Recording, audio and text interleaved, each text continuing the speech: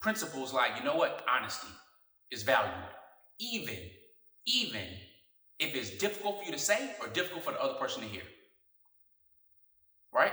Something that's valued. We can agree on that because that leads to trust, that leads to bonds, that leads to building. That could also lead to breaking off. You'll break off a relationship because the trust is broken because somebody's honest about something. But at least the respect is there because of the honesty.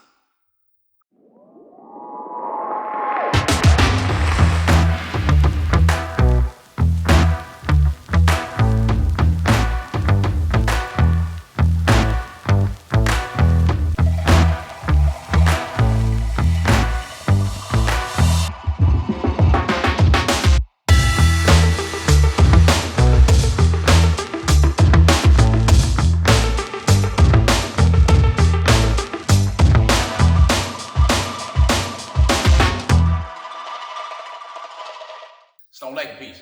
It's Coach Nazir, one of the authors of Let's Talk Polygyny Uncensored and one of the founders of Outstanding Personal Relationships.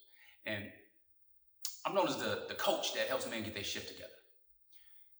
One of the things I want to share with you today that is essential to being a man of value is those men who have principles and morals.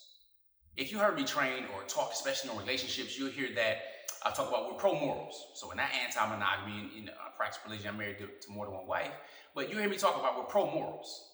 So when questions get asked, like, what keeps somebody from cheating, or what keeps them from cheating in a relationship, what keeps them from cheating people in business, or what keeps them blah, blah, blah. If you have a strong moral foundation, you're pretty good. Because that moral foundation is really your compass. Now the challenge is, who determines what are good morals and what aren't good morals? So then we get into timeless principles. And I'm not going to share with you, of course, I'm Muslim, I practice Islam. So as my source and fundamentals comes from Islam, from the belief that there is nothing worthy of worship except Allah. And that Prophet Muhammad, may peace and blessings be upon him, is his final prophet and messenger. Now, I wasn't always on that. I was born and raised in Christian school and everything else. Right? So I had a different set of morals and principles. And very few of my morals and principles from what I was taught in school really affect us in real life. So it didn't matter. Everybody I smoked with, used to kick it with, used to hustle with, we was all Christians per se, right? Or at least that's what we professed. But the reality is, just like Malcolm, with changing our lives and really finding Islam, there's a whole different set of beliefs. Now, again, I'm not going to bog you down, I'm just letting you know where I'm coming from. But no matter where you are in your journey in life right now, I want to say that there are principles, there are morals like lying is bad, right? Lying in general, nobody respects a liar no matter what society it's in, whether it's 10,000, 50,000 years ago, it's 5,000, or yesterday or today. Somebody that lies breaks the trust of the individuals and the families and societies, right? So one of the reasons we don't like politicians, many, ticks, titians, right? Because many of them are just known to lie, say whatever they need to say to get in office. And I'm not jumping on them, it's not a political video. But the point is, principles like, honesty is valued, even if it's difficult for you to say or difficult for the other person to hear, right? Something that's valued. We can agree on that because that leads to trust, that leads to bonds, that leads to building. That could also lead to breaking off. You'll break off a relationship because the trust is broken because somebody's honest about something. But at least the respect is there because of the honesty. So morals and principles. Let me give you more of an example of today.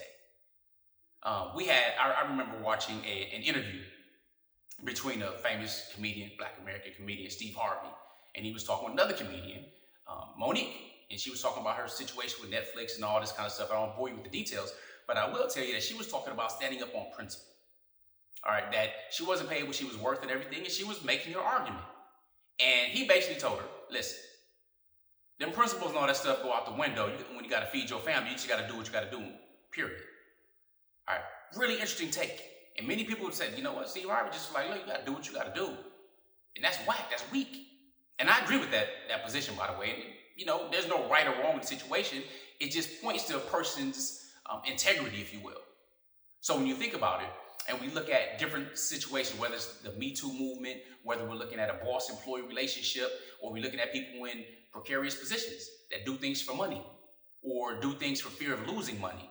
Bosses taking advantage of employees, not paying them, or requesting sexual favors, right? Or you'll lose your job. These types of things, right? These aren't respected. These aren't timeless over time. These aren't respected. This is not something that has good morals. The challenge is when we decide to try to separate the morals from the individual and the person.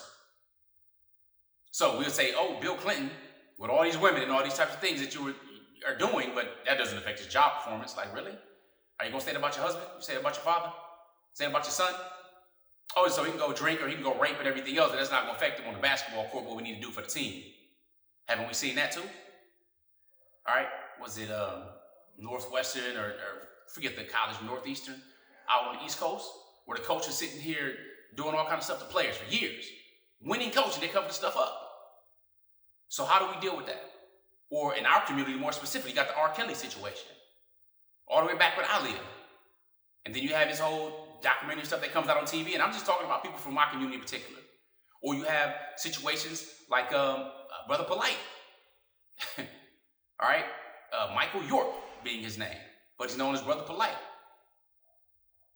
The whole York family is on a whole other thing, but now you are sitting there accused of rape, and they got DNA evidence and everything else. Now, I don't know when you watch this video, you might have been convicted by now or not, I don't know. But all I know is, are you going to defend somebody because that's your friend, because that's your family, or are you going to stand on the morals and principles that are actually what's right? The challenge is, when you stand on something that's right, you are the minority, and you're going to be the minority. We see this in the stories of the prophets for anybody who follows any scriptures. There's an old saying that the prophet is never accepted in his own hometown by his own people.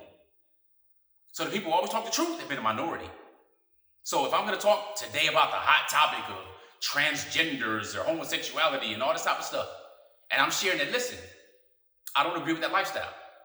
And you come at me with heat? Come on, really? Seriously? Now I can't have my opinion on something? I can debate it. My debate goes like this.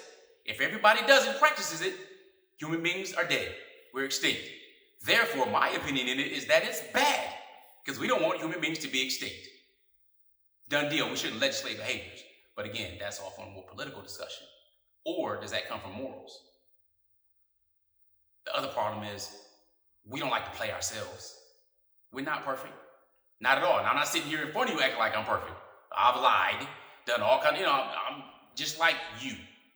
The difference is I had to be transparent about me as a man. What I need to strengthen and get better on. The shift I had to make in my life. So when I look at the greatest of all time, or not the greatest of all time maybe, but the greatest living comedian, and yeah, I may be biased a little bit because he's Muslim, but he's not talking about like Islamic comedy or anything that he does, right? But he comes and he said, you know what? They wanted to put me in a dress. He's talking to Oprah Winfrey. They wanted to put me in a dress. They already had a whole nother script and everything else. And I'm like, nah, I'm not going for that. I didn't get into this for that. And he talked about a conversation he had with his father.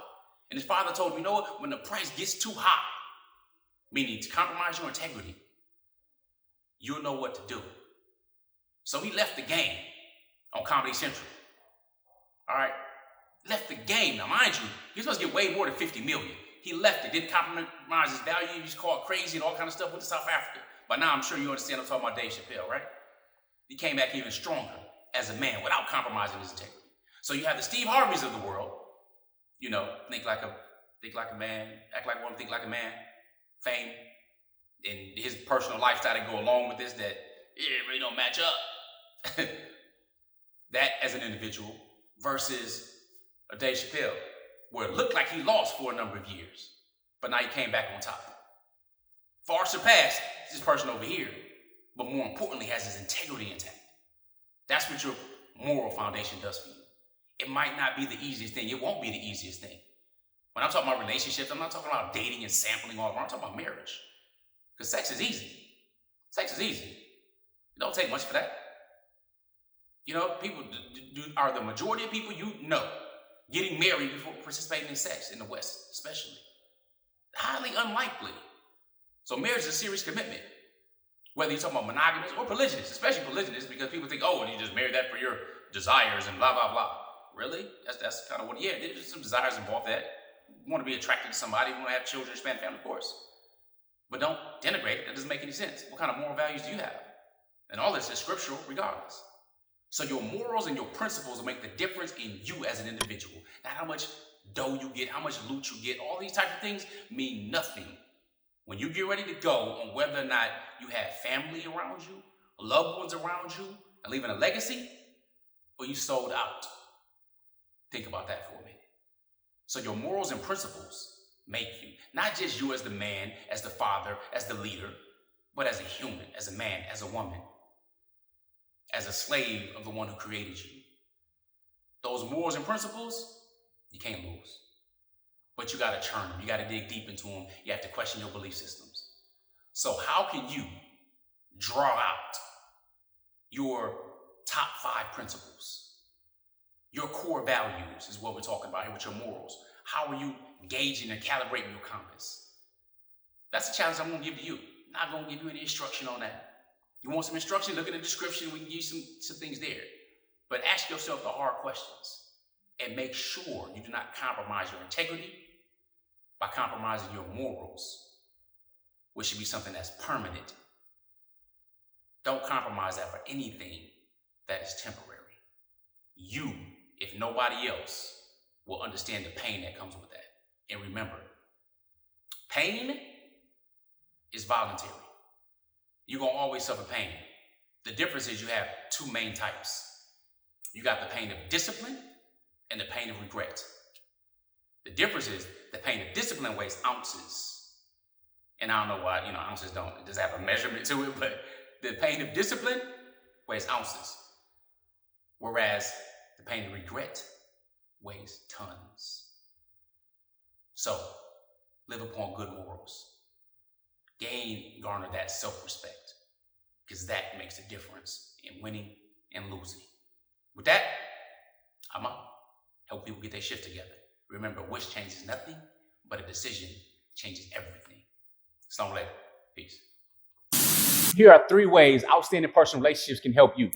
1 is by following us on our social medias. Follow us on IG at Outstanding Relationships and on Facebook and YouTube at Outstanding Personal Relationships. And make sure you subscribe and hit that notification bell.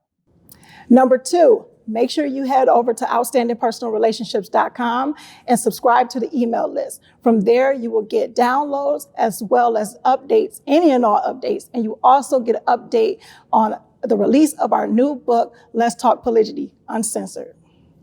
Number 3, if you are serious about polygyny relationships and really developing fulfillment and happiness, make sure you register for our Relationship Mastery Inner Circle, which is members only, which includes downloads. It includes access to us live on a weekly basis. So that's at outstandingpersonalrelationships.com/RM. We'll see you soon. Assalamu alaikum. Peace.